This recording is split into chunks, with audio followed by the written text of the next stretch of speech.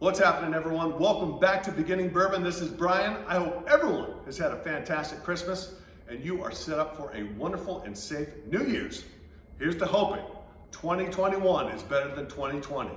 Talk about a low freaking bar, right? Woo, come on now. All right, well, today we want to talk about the one word.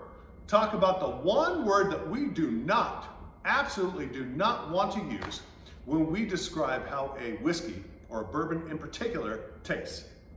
We've mentioned before how every single hobby has its own language, right? The more time you spend around people in that hobby, you become educated, you learn different words, different phrasings, just by being around and learning more. Conversely, there are certain words that someone might hear when you enter into a hobby from someone else that says, that lets me know that person is a newbie, right? They're a noob. And there's nothing wrong with being a noob, right? Or being a newbie. We all have to start somewhere. That's what this channel is all about. Beginning Bourbon. It's learning all the terminology, all the phrasing, so we can have a more educated approach to the hobby of whiskey and know what people are saying when they're using certain terms or phrases that go along with this hobby.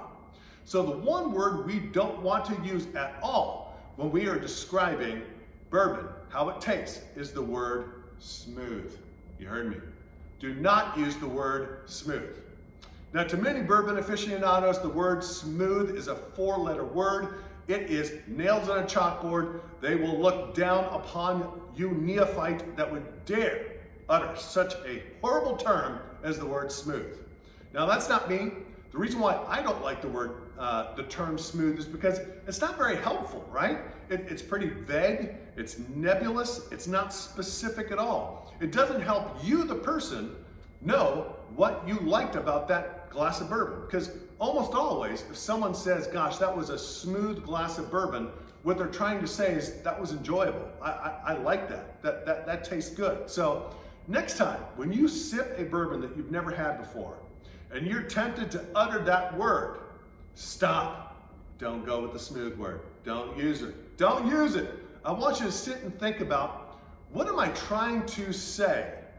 What sensation am I trying to describe when I want to use the word smooth? Is it that, hey, it's got a great mouthfeel. It's got a coated, oily texture in my mouth? Is it that, you know what?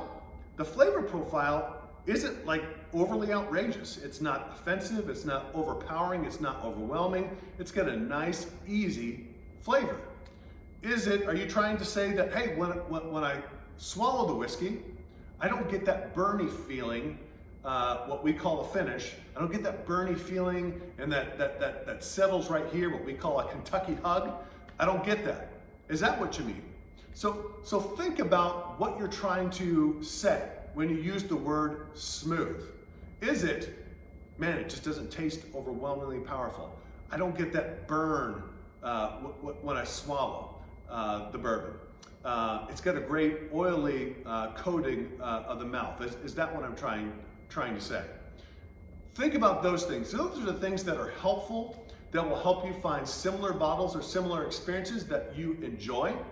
And it will be something that will help you as you go on into this hobby. That you want to stay away from the smooth word. Just not a good word. Let's go anti-smooth, okay? No smooth. Now, if you do enjoy a bourbon that has a good but mild flavor profile, that definitely coats the mouth nicely, that when you do swallow, that it doesn't have a horrible burning feeling as it goes down. If that's what you mean by the word smooth, here are two bottles that are great. Weller 107, Antique 107 is fantastic. And then the infamous Blanton's, great. These are two bourbons that are quite popular. Depending upon where you live, it might be impossible to find. In my area, they're difficult to find, but if you hunt enough, you can certainly come across them. But if that's what you are trying to describe when you're trying to say smooth, these are two fantastic options. Some other options for bourbons that are smooth, again, we're not, after this video, once you stop watching this video, we shall not use the word smooth.